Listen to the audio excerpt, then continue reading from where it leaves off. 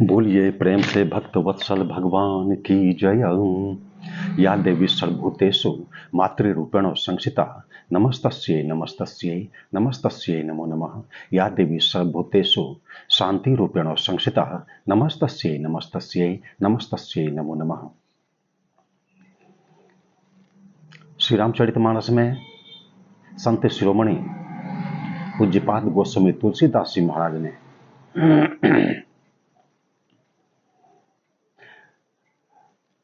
जो कि स्वयंभव मनु थे,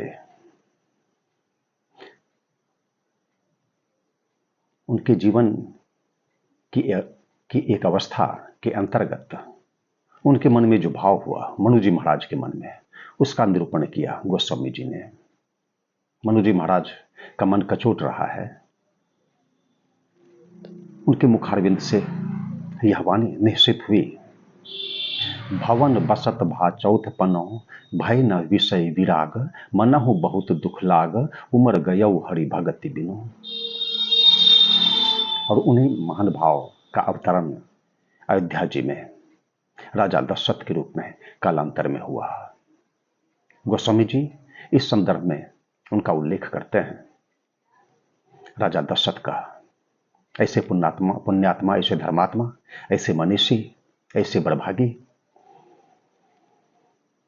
उनकी वंदना करते हैं गोस्वामी जी। वे कहते हैं कि वंदौ अवध भुआल सत्य प्रेम जहि राम पदो बिछड़त दीन दयाल प्रिय तनु तृण इव परिहरेऊ। राजा दशरथ के मन में अपने आराध्य देव के प्रति कैसी अक्षुण्ण प्रीति, कितने भी बलता यदि वियोग हो जाए तो प्रिय तनु तृण इव परिहरेऊ। ऐसा ही होना चाहिए अपने आराध्य देव के प्रति। अपने आराध्य से कभी वियोग ना हो, कभी वियोग ना हो। इसलिए उन्होंने मांग लिया था पूर्व में ही कि मणि बिनु फनी जिमि जल बिनु मीना मम जीवन तिमि तुम्हें अधीना। जीव का जीवन वास्तव में परमात्मा के अधीन इसी रूप में है और हमें इस वास्तविकता को स्वीकार करना चाहिए। उमा कहूँ मैं अनुभव अपना सत हरि भजन जगत सब सपना सुनहु उमा ते लोग अभागी हरि तजी होहि विषय अनुरागी। यह उन्होंने कहा, प्रिय तनु तृण इव परिहरेऊ फणि बिनु मणि जिमि जल बिनु मीना मम जीवन तिमि तुम्हें अधीना। यह कहा इक्ष्वाकु वंश जो है बड़ा ही पावन वंश, ऐसा यह कुल, आदर्श कुल, सर्वथा पावन कुल इक्ष्वाकु वंश। श्रीमद् भगवद गीता में भी इसका उल्लेख है। भगवान श्री कृष्ण उल्लेख करते हैं।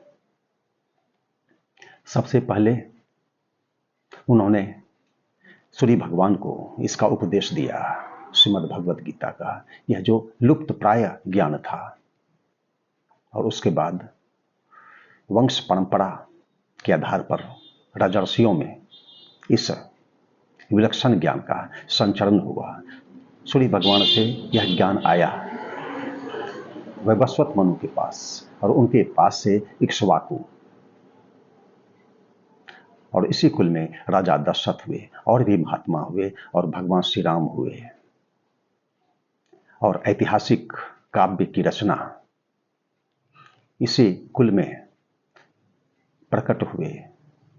भगवान श्री राम के चरित्र के आधार पर निरूपण किया गया महर्षि वाल्मीकि के द्वारा। आज्ञा दी भगवान श्री राम ने अपने आत्मज द्वयों को, कुश और लव को, वह जो महाकाव्य है, मधुर काव्य, उसके गायन का अपने दरबार में, और वे दोनों भ्राता इसका गायन करने लगे। और राज दरबार में विद्यमान सब महात्मा पुण्यात्मा इसका श्रवण करने लगे। वे दोनों भाई बतलाते हैं कि इसके श्रवण से व्यक्ति का पुरुषार्थ सिद्ध हो जाता है। धर्म अर्थ काम मोक्ष चारों की सिद्धि हो जाती है। वे गायन करने लगे दोनों भाई।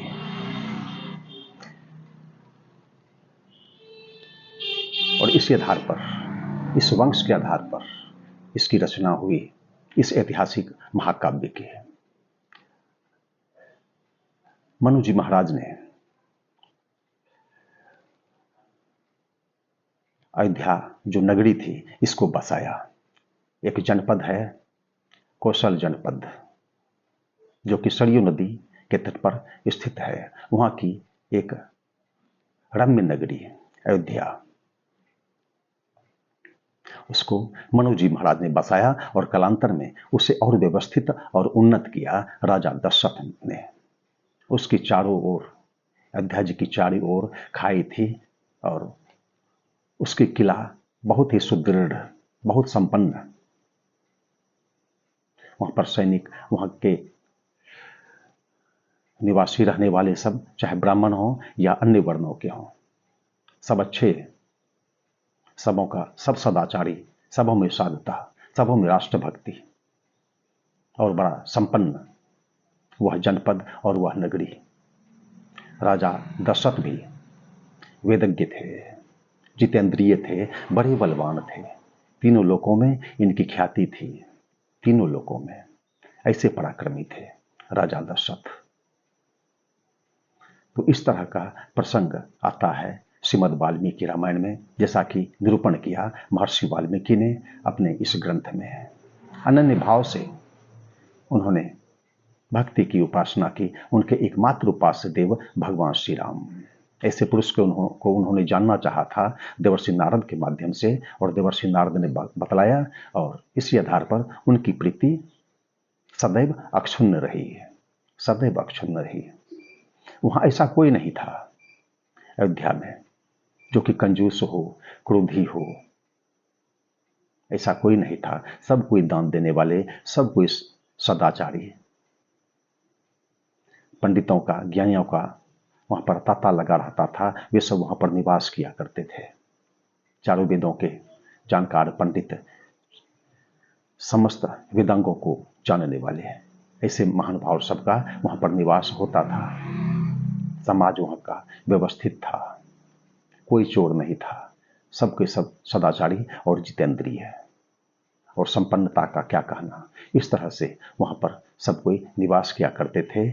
ऐसा वह क्षेत्र पुनीत क्षेत्र है। तो आज इतना ही। सीताराम सीताराम सीताराम जय सीताराम सीताराम सीताराम सीताराम जय सीताराम सीताराम सीताराम सीताराम सीताराम सीताराम सीताराम सीताराम सीताराम सीताराम सीताराम सीताराम जय सीताराम सीताराम सीताराम सीताराम जय सीताराम।